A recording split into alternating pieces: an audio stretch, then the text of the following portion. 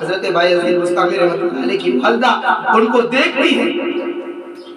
حضرت بایزید کی پیشانی سے تقویٰ طہارت کا نور جھلک رہا ہوتا ہے۔ ماں نے اپنے بچے کو 16 سال کے بعد دیکھا۔ حضرت بایزید بستامی رحمۃ اللہ علیہ جیسے اپنی ماں کو دیکھتے ہیں ان کے پیروں پہ گر جاتے ہیں۔ ان کی ماں یہ نہیں کہتی اچھا بیٹا میں تجھے کھانا کھلاتی ہوں، نہیں بیٹا آجا میں تجھے گرم گرم کھانا کھلاؤں گی، لیکن پہلے میں اپنے مالک کے حقیقی کا تو شکر ادا کروں، پہلے اپنے رب کا تو شکر ادا کر لوں جس نے تجھے اس لائق بنا دیا۔ مصلی اٹھاتی ہے، اللہ کے سامنے 2 رکعت نماز پڑھتی ہے، اللہ کے سامنے ہاتھ اٹھاتی ہے اور کہتی ہے اے باری تعالیٰ میں تجھ سے اس وقت تک کی زندگی چاہا کرتی تھی، میرا بچہ دین کا داعی بن چکا ہے، دین کا خادم بن چکا ہے، دین کے راستے پر آ چکا ہے، اے باری تعالیٰ تو مجھے اب اپنے پاس بلا لے۔ حضرت بایزید بستامی رحمۃ اللہ علیہ کا یہ واقعہ مسند احمد میں لکھا ہوا ہے۔ حضرت بایزید بستامی رحمۃ اللہ علیہ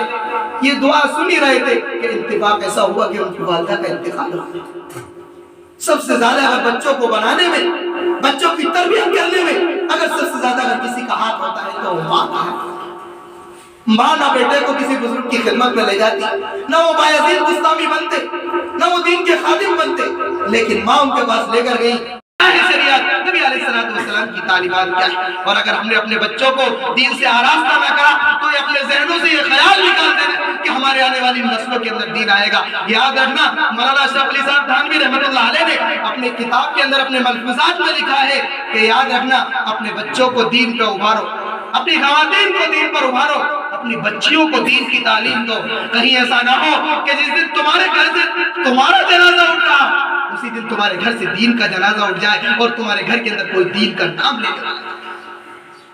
آج تو حالات ایسے ہیں کہ ہم اپنے بچوں کو اسکول میں چھوڑ دیتے ہیں اور ہم یہ سوچتے ہیں کہ ہمارے بچے کے دین پر، ایمان پر، عقائد پر کس طریقے کے حملے ہو رہے ہیں۔ جا کر دیکھا کہ ایک کرسچن ٹیچر ایک بچے کو تعلیم دیتا ہے، کہتا ہے بھائی بتاؤ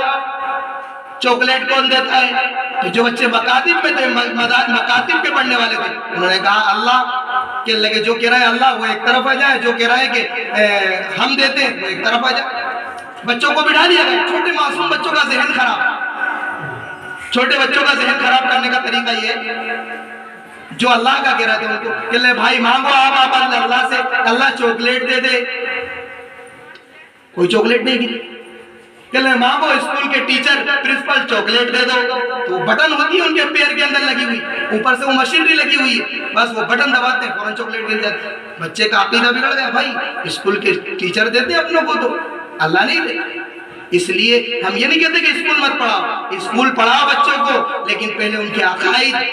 عقائد پر حملہ ہونے سے اپنے بچوں کو بچاؤ، ان کی دینی تعلیم پہلے کرو۔ یاد رکھنا اللہ کے یہاں جس وقت ہم میدان محشر میں ہوں گے، حافظ قرآن کے والدین کو نور کے منبروں پر بٹھایا جائے گا اور حافظ قرآن سے کہا جائے گا اقرأ وارتقی ورتل کما كنت ترتل في الدنيا فإن منزلك عند آخر آیۃ تقرأها۔ حافظ قرآن سے کہا جائے گا کہ تو قرآن کریم کی آیتوں کو پڑھتا جا اور جنت کی سیڑھیوں اور درجات کو چڑھتا جا۔ کل قیامت کے دن لوگ دیکھیں گے کہ کون لوگ ہیں جن کو اعزاز و اکرام کے ساتھ نوازا جا رہا ہے، تو اس وقت کہا جائے گا کہ یہ تو فلاں کسان کا بیٹا ہے، یہ تو فلاں گاؤں کا کسان ہے، اس کا بیٹا حافظ قرآن ہے۔ آج ہم اپنے بچوں کو دینی تعلیم سے آراستہ کریں، وقت بہت ہو رہا ہے، کہنے کا مقصد یہ ہے کہ اپنے بچوں کو مکاتب کے اندر بھی داخل کریں، مدارس کے اندر بھی داخل کریں، اور اسکولی دنیا بھی عصری تعلیم بھی ہم اپنے بچوں کو دیں۔ جس طریقے سے